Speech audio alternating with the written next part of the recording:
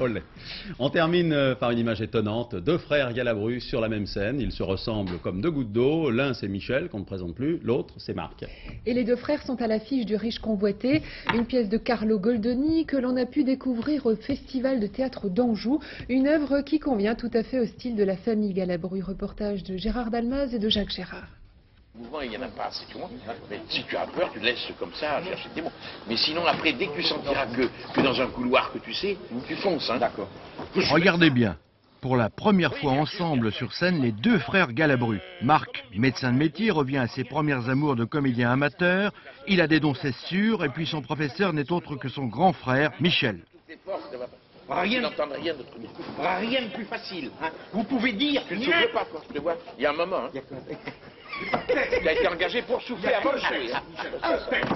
Rien de plus facile. Vous pouvez dire n'importe quoi. Là, t'as pas peur, là. Hein? Alors vas-y, parce que t'as pas peur, là. La manie de se prendre...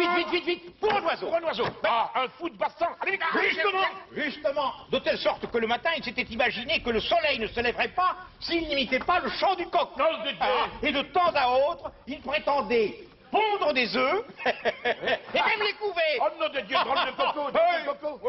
Et quant au reste de ses journées, il les occupait exclusivement à chanter, manger, marcher comme un oiseau. Ah, ben dis donc, il avait vraiment du plomb dans l'œil. Et alors comment cela s'est-il terminé? Ah ben le plus simplement du monde, un jour il s'est mis dans la tête qu'il pouvait voler. Alors ça a été son chant du cygne. Bon, ben écoutez...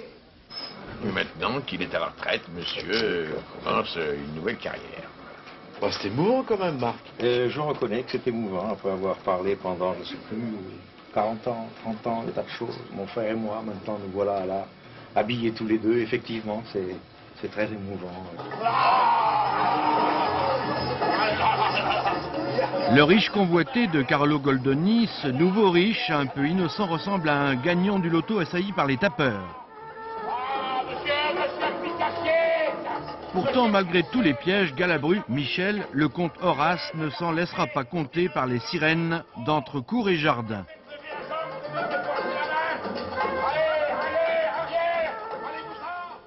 Ils sont mignons tous les deux, hein.